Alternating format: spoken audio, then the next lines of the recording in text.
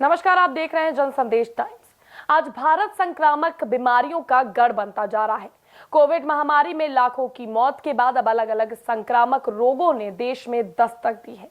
Monkey pox के बढ़ते मामलों के बीच अब कई दूसरी खतरनाक संक्रामक बीमारियों ने दस्तक दे दी है, जिसकी वजह से लोग हैरान हैं। लेकिन ऐसा लग रहा है कि सरकार को इसकी कोई भनक ही नहीं। जहां मंकी पॉक्स के बढ़ते मामलों की वजह से लोगों में दहशत है, वहीं पशुओं पर भी संकट के बादल मंडरा रहे हैं। जी हां, लंपी स्किन डिसीज से लेकर स्वाइन फ्लू तक अलग अलग बीमारियों ने स्वास्थ्य विशेषज्ञों की चिंता बढ़ा दी है। लेकिन सरकार है कि हाथ पर हाथ धरे हुए बैठी है। जरा सोचिए कि बेजुबानों के दर्द जो वो किसी से कह भी नहीं पा रहे, लेकिन ये तो उनका दर्द है, सरकार का थोड़ी। जो सरकार इन गौ रक्षकों की बात करती है, गायों के नाम पर वोट बैंक हासिल करने का प्रयास करती है, वही सरकार अब मौन धरे हुए है। लंपी स्किन डिजीज की वजह से हजारों मवेशियों की मौत हो चुकी है, यानी कि हजारों गायें दम तोड़ चुकी हैं।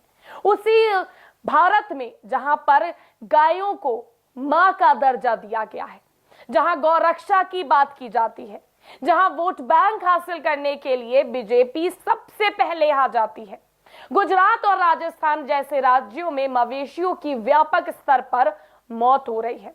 जी हां, उसी गुजरात में जिस गुजरात मॉडल की दुहाई प्रधानमंत्री नरेंद्र मोदी जी देते नहीं थकते, उसी गुजरात मॉडल की जिसके चलते केंद्र तक का सफर तय किया गया, उसी गुजरात मॉडल की हम बात कर रहे हैं, जहां पर मवेशी यानी कि गाय अपना दम तोड़ रही है। हम उसी गुजरात की बात कर रहे हैं, जिसे लेकर बड़े बड़े दावे भी किए जाते हैं। ये दावे, ये वादे किसी और ने नहीं बल्कि बीजेपी सरकार ने किए थे। तो ये है नया गुजरात मॉडल, जिसकी तस्वीरें हम आपको दिखा रहे हैं, और बीजेपी सरकार जिसकी सच्चाई आपके सामने है। इन बीमारियों के बारे में सुनकर आप भी हैरत में पड़ गए होंगे, लेकिन सरकार को इसकी कोई भी परवाह नहीं है। जिस गुजरात मॉडल की प्रधानमंत्री नरेंद्र मोदी जी दुनिया भर में तारीफें करते हैं, कसीदे पढ़ते हैं, आज वहां की ऐसी हालत है। यह है बेजुबानों का दर्द। आम इंसान की तो हम बात ही क्या करें, उनका दर्द तो आप खुद समझ सकते हैं, सुन पा रहे हैं, महसूस कर सकते हैं। लेकिन सिर्फ हमें और आपको महसूस हो रहा है इन बेजुबानों का दर्द, जहां पर गायें आए दिन अपने दम तोड़ रही हैं, और कितनी गायें इस बीमारियों से ग्रसित है।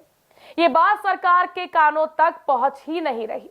आखिर हमारे देश में इतनी बीमारियां आ कहां से रही हैं, और आ कहीं से भी रही हूं, लेकिन इसका इलाज क्यों नहीं उत्पन्न कराया जाता है समय से, ये बड़ा प्रश्न चिन्ह है।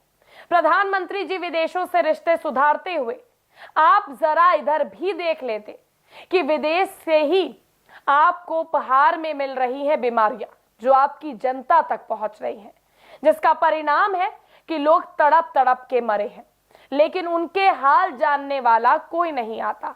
जिस तरह से और मुद्दे देश में उठ रहे हैं, अगर उन्हीं तरह बीमारियों का मुद्दा भी उठाया जाए तो शायद आज भारत बीमारियों का गढ़ ना बनता, शायद आज बेजुबानों की इतनी बुरी मौत ना हो रही होती। अभी भी वक्त है अपने देश को बचाने का, क्योंकि कहीं ऐसा ना हो कि बहुत देर हो जाए। जिस तरह से कोरोना काल में हमने देखा, हालांकि इंसानों के पास तो जबान होती है, वो बोल सकते हैं, लेकिन बेजुबानों का दर्द जब सरकार को ना दिखे तो चिंता करनी चाहिए।